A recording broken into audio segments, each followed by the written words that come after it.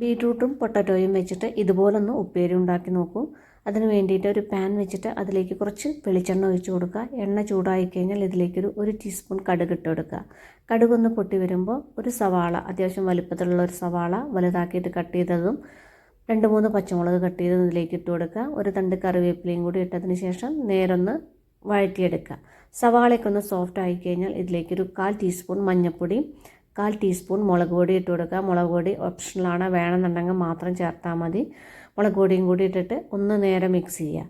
അതിനുശേഷം ബീട്രൂട്ട് തൊലിയൊക്കെ കളഞ്ഞ് ചെറുതാക്കിയിട്ടൊന്ന് സ്ക്വയർ ആക്കിയിട്ടൊന്ന് കട്ട് ചെയ്തെടുത്തിട്ടുണ്ട്. ഈ കട്ട് ചെയ്ത് വെച്ച ബീട്രൂട്ട് ഇതിലേക്ക് ഇട്ട് കൊടുക്കുക. ബീട്രൂട്ട് കട്ട് ചെയ്ത് അതേപോലെ തന്നെ പൊട്ടറ്റോയും കട്ട് ചെയ്തെടുത്തിട്ടുണ്ട്. കുറച്ച് വലുപ്പം കൂടുതലുണ്ട്, വലുപ്പം കൂടിയാലും കുഴപ്പമൊന്നുമില്ല.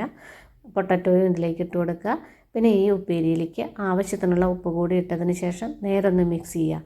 മിക്സ് ചെയ്തതിന് ശേഷം ഇതുപോലെ ഒരു കൂട്ടി വെച്ചിട്ട് അടച്ച് വെച്ചിട്ട് ലോ ഫ്ലെയിമിലൊന്ന് കുക്ക് ചെയ്തെടുക്കുക. ഇടയ്ക്കൊക്കെ ഒന്ന് തുറന്നിട്ട് ഇളക്കി കൊടുക്കണം. വെള്ളമൊന്നും ഒഴിച്ച് കൊടുത്തിട്ടില്ലല്ലോ. ഇപ്പോൾ ബീട്രൂട്ടും പൊട്ടറ്റോ ഒക്കെ നന്നായിട്ട് വെന്തിട്ടുണ്ട്. നേരെ മിക്സ് ചെയ്തതിന് ശേഷം അതിലെ വെള്ളമൊക്കെ ഒന്ന് വലിയിച്ചെടുക്കുക. അപ്പോൾ ഇതുപോലെ ബീട്രൂട്ടും പൊട്ടറ്റോയും ഉപ്പേരി ഒന്ന് ഉണ്ടാക്കി നോക്കിയിട്ട് ഫീഡ്ബാക്കൊക്കെ എന്നെ അറിയിക്കാൻ മറക്കല്ലേ.